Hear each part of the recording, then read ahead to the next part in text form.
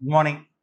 Small cap Nifty வந்து இன்னைக்கு life time லோவை வந்து பிரேக் ஆயிருக்காங்க. லாஸ்ட் வீக் தான் நிஃப்டி லைஃப் டைம் ஹையை பிரேக் ஆச்சு.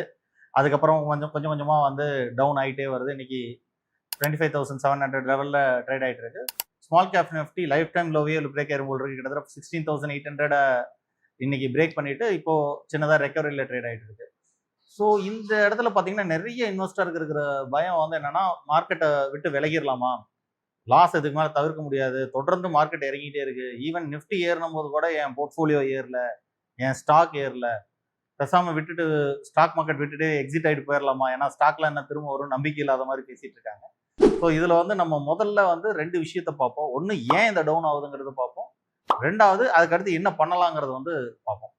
ஸோ ஏன் இந்த டவுன் நடக்குது, மேஜராக பார்த்தீங்கன்னா ஒரு 4 ரீசன் இருக்குங்க. ஒன்று, இந்தியாவுடைய ருப்பி வந்து டிப்ரிஷியேட் ஆகிட்டே இருக்கிறது. ஸோ 90 ருபீஸில் மேலே இன்னைக்கு வந்து யூஎஸ்டி ஐஎன்ஆருக்கான ரேட் வந்து ட்ரேட் ஆகிட்டு இருக்கு. இது ஃபர்தராகவும் எக்ஸ்டெண்ட் ஆகுங்கிற மாதிரி ஒரு சுச்சுவேஷன் இருக்கிறதுனால நிறைய இன்வெஸ்டர்ஸ் வந்து இன்னும் ஃபேர்ஃபுல்லாகவே இருக்காங்க. ரெண்டாவது, நாளைக்கு டிசம்பர் 10 வந்து யூஎஸ் ஃபெடரல் ரேட் கட் வந்து அனௌன்ஸ்மெண்ட் இருக்கு. ஸோ மோஸ்ட்லி நாளைக்கு வந்து பார்த்தீங்கன்னா 0.25% அனௌன்ஸ்மெண்ட் வர்றதுக்கான சான்சஸ் வந்து ஹெவியாக இருக்கிறதுனால அங்கே ஒருவேளை மார்க்கெட் வந்து ரேட் கட் அனௌன்ஸ் பண்ணிட்டாங்க அப்படிங்கிற பட்சத்தில் இந்தியன் மார்க்கெட்டுக்கு இது வந்து பார்த்தீங்கன்னா நெகட்டிவாக தான் முடியும். ஏன்னா ஆல்ரெடி எஃப்ஐ வந்து பார்த்தீங்கன்னா தொடர்ந்து செல் பண்ணிகிட்டே தான் இருக்காங்க. இந்த ரேட் கட் வரதுனால என்னன்னா ஃபர்தர் இந்த செல்லிங் வந்து இன்டென்சிஃபை ஆகுங்கிற பயத்தில் இருக்காங்க. இந்த செல்லிங் இன்டென்சிஃபை ஆச்சுன்னா இந்த டாலர் ரேட்டும் மறுபடியும் 90ல நிற்காது, 91, 92ன்னு அதிகமாக இன்னும் ருப்பி வந்து டிப்ரிஷியேட் ஆகிறதுக்கு சான்சஸ் இருக்கு. தேர்ட் வந்து டாலர் பிரைசஸ் வந்து பார்த்தீங்கன்னா 90 கிராஸ் ஆயிருச்சு. ஸோ இந்தியன் ருப்பியோட டெப்ரிஷியேஷன் வந்து ரொம்ப அதிகமாக இருக்கு. ஃப்ராங்க்லி டு சே இது எக்ஸ்போர்ட்டுக்கு ரொம்ப நல்லது தான்.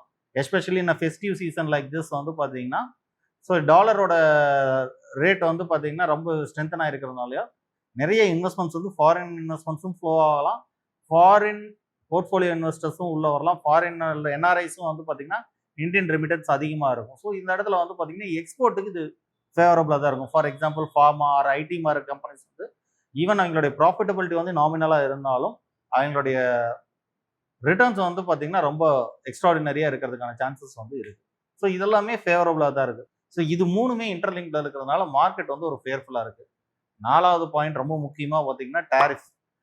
ட்ரம்ப்போட டேரிஃப் வந்து பார்த்தீங்கன்னா நிறைய அறிகுறிகள் வந்து அவ்வளோதான், டேரிஃப் முடிஞ்சிருச்சு, இதோ வந்துருச்சுன்னு நாங்கள் கூட லாஸ்ட் வீடியோவில் சொல்லியிருந்தோம். டேரிஃப் க்ளோஷருக்கான அனௌன்ஸ்மெண்ட் வந்து வெகு சீக்கிரத்தில் இருக்கணும். பட் இது தொடர்ந்து அனௌன்ஸ்மெண்ட் வராமல் இருக்கிறதுனால பார்த்தீங்கன்னா இன்னும் இன்வெஸ்டர்ஸ் வந்து ஒரு ஃபியர்ஃபுல்னஸ் வந்து பார்த்தீங்கன்னா இன்வெஸ்டர்ஸ் மத்தியில் இருந்துகிட்டே இருக்கு. ஸோ இந்த 4 ரீசன்ல தான் வந்து பார்த்தீங்கன்னா மார்க்கெட் வந்து தொடர்ந்து கொஞ்சம் கொஞ்சமாக இறங்கிட்டு வர்ற ரீசன்ஸ் வந்து பார்த்தீங்கன்னா இதெல்லாம் தான். அடிஷ்னலாக பார்த்தீங்கன்னா ஜப்பானோட பாண்ட் ஈல்டு வந்து முக்கியமாக 5 இயர் பாண்ட் ஈல்டு வந்து பார்த்தீங்கன்னா 17 வருஷம் ஹையை வந்து தொட்டிருக்கு. ஸோ இப்போ பாண்ட் ஈல்டு அதிகமானதுனால ஜப்பானில் மறுபடியும் இன்ட்ரெஸ்ட் ரேட்டை ஏற்றுவாங்களான்னு ஒரு பயம் வந்து பார்த்தீங்கன்னா ஃபாரின் இன்வெஸ்டர்ஸ்க்கு மத்தியிலையும் இருக்குது. ஸோ இதெல்லாம் தான் மார்க்கெட் டோட்டலாக டவுன் ஆகிறதுக்கான ரீசன்ஸாக இருக்குதே தவிர மற்றதெல்லாம் எதுவுமே கிடையாது. ஸோ மேக்ரோ எக்கனாமிக்கலும் பார்த்தீங்கன்னா எஃப்ஐ எந்த அளவுக்கு விற்கிறாங்களோ அதை விட அதிகமாக வந்து பார்த்தீங்கன்னா டிஐ வந்து வாங்கிட்டே இருக்காங்க தொடர்ந்து. அதனால ரொம்ப பெரிய பாதிப்புகள் வந்து இந்தியாவில் இருக்குமானா இல்லை. ஏன்னா ரீட்டைல் இன்வெஸ்டர் பார்ட்டிசிபேஷன் வந்து ரொம்ப நல்லாவே இருக்கு. மார்க்கெட் திரும்ப ரெக்கவரி ஆகும். முக்கியமாக அந்த ஜிஎஸ்டி 2.0க்கு அப்புறமா பார்த்தீங்கன்னா டொமஸ்டிக் இன்வெஸ்டரோட சென்டிமெண்ட் வந்து பார்த்தீங்கன்னா ரொம்பவே இம்ப்ரூவ் ஆயிருக்கு. ஃபர்தர் மார்க்கெட் அடுத்த நெக்ஸ்ட் 2-3 இயர்ஸ்ல வந்து பெரிய பூம் இருக்குங்கிறதுனால தொடர்ந்து டொமஸ்டிக் இன்வெஸ்டர்ஸ் வந்து தொடர்ந்து இன்வெஸ்ட் பண்ணிட்டே இருக்காங்க. அண்ட் ஆல்ரெடி நான் சொன்ன மாதிரி தான், இந்தியா மாதிரி ஒரு 8.8% ஜிடிபி க்ரோத் இருக்கிற ஒரு கண்ட்ரியை எஃப்ஐஐ ரொம்ப நாளைக்கு வந்து ப்ரொலாங்டாக வந்து அவாய்ட் பண்ணவே முடியாது. திரும்ப they will come in to India. அப்போ வந்து சுனாமி ஆஃப் இன்வெஸ்ட்மெண்ட்ஸ் தான் வந்து ஃப்ளோ ஆகும். ஸோ அந்த டைம்ல வந்து இது நாளைக்கு நடக்குமானா தெரியாது, அது நம்மளால ஒன்றுமும் பண்ண முடியாது. டிசம்பரோட பிகினிங் வந்து பார்த்தீங்கன்னா டிசப்பாயின்மெண்ட்டால தான் ஆரம்பிச்சிருக்கு.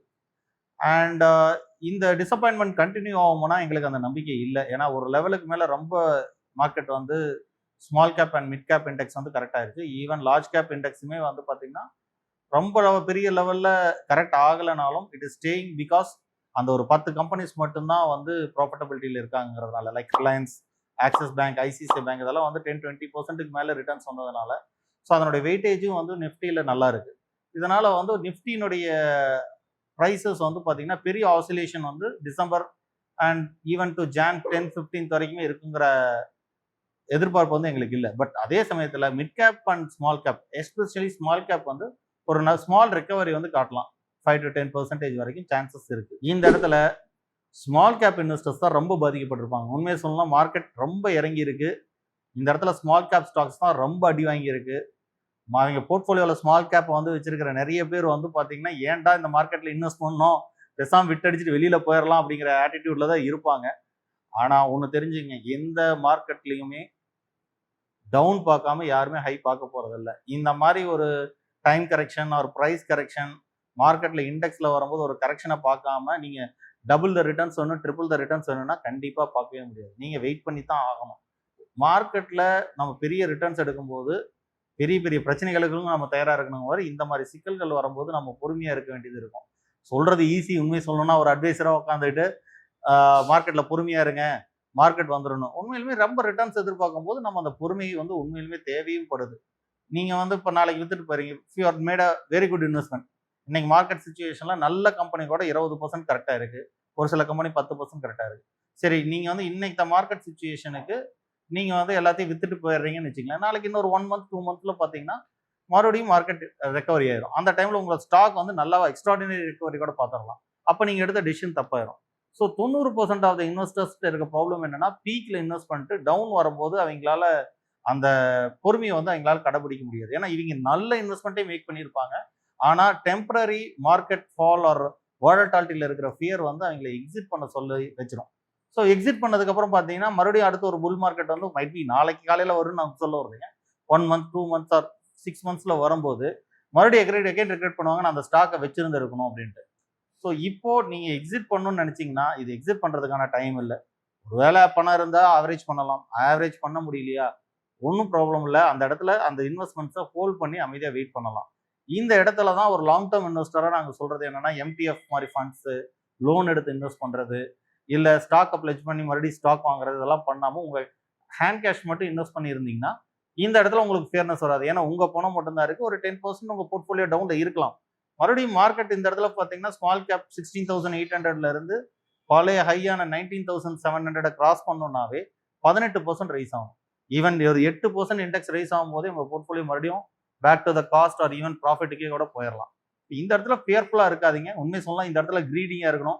நிறைய பணம் இன்வெஸ்ட் பண்ணி மறுபடியும் ஸ்டாக்ஸை அக்குமுலேட் பண்ணுற ஐடியாவில் இருக்கணும். இப்போ அக்குமுலேட் பண்ண முடியலன்னா திரும்ப அக்குமுலேட் வந்து பார்த்தீங்கன்னா ஹையர் ப்ரைஸ் கொடுத்து நம்ம அக்குமுலேட் பண்ண வேண்டியது இருக்கும். So don't be fearful. Market அந்த மாதிரி யாரையும் கை விட்டுறாது. அதிகபட்சம் ஒரு 1 மந்த் டு 5 மந்த்ஸ்க்குள்ள தான் மார்க்கெட் திரும்ப ரெக்கவரி ஆகும். ஈவன் ஸ்மால் கேப் இண்டெக்ஸ் கூட ரெக்கவரி ஆகும். அதுலேயும் only the companies which has the best returns or best earnings மட்டும்தான் ரெக்கவர் ஆகும். எல்லா கம்பெனியெல்லாம் ரெக்கவரி ஆக போகிறதில்ல. So stay invested. Let's C.